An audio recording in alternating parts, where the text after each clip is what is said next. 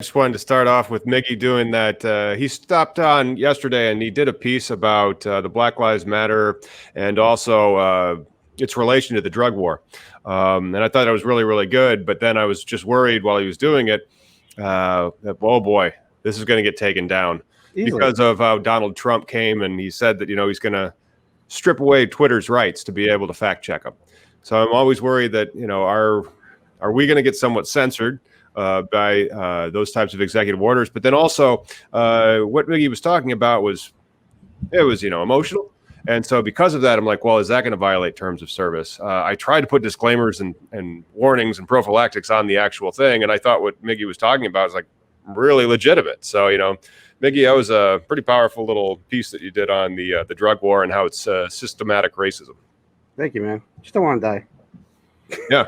Well, you do look menacing with the black mask on, but if you could show everybody your normal face or your new face. Well, I don't want to show them the three chins, but you don't want to show them the three chins. Look at that. Look how young you look after you've shaved.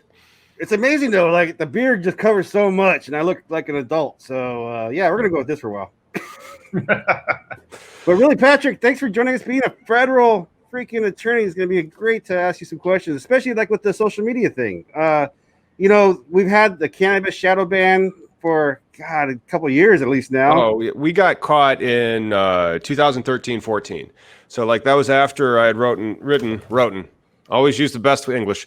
So I'd written that book in 2010, and that's when I found you, Miggy, back in MySpace days. And then I made you an admin on our Facebook page. It's down there. You can find it at Free THC on Facebook. You have to go to facebook.com/Free THC because of the shadow ban.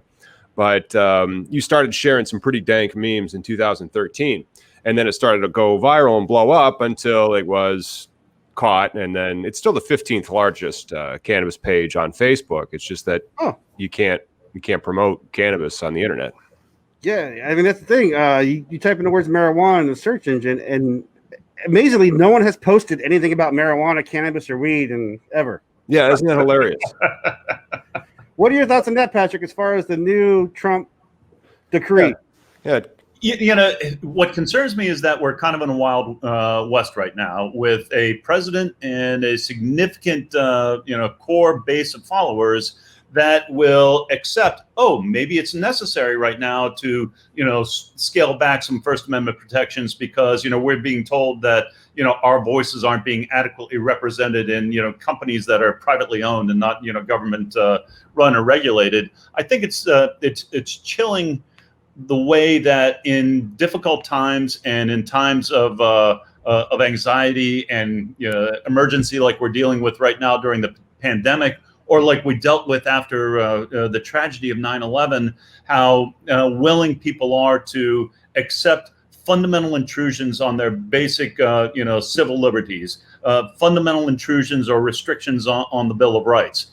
And I don't want to see us in a situation where, because of partisan politics or because of just overall, concern and anxiety, where people are willing to say, okay, I can understand the need to surrender some of my First Amendment protections, some of my First Amendment rights, because we are in difficult times right now.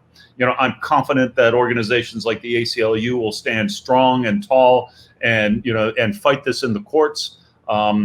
I am hopeful that the Supreme Court is not infused with partisanship, at least on First Amendment issues, whereas it might be on right to privacy issues. And I'm hopeful that if the president persists on attempting to restrict free speech via social media, that litigation will ensue, and that firm Supreme Court precedents will come out and say, no, you cannot do this. It is a violation of the First Amendment.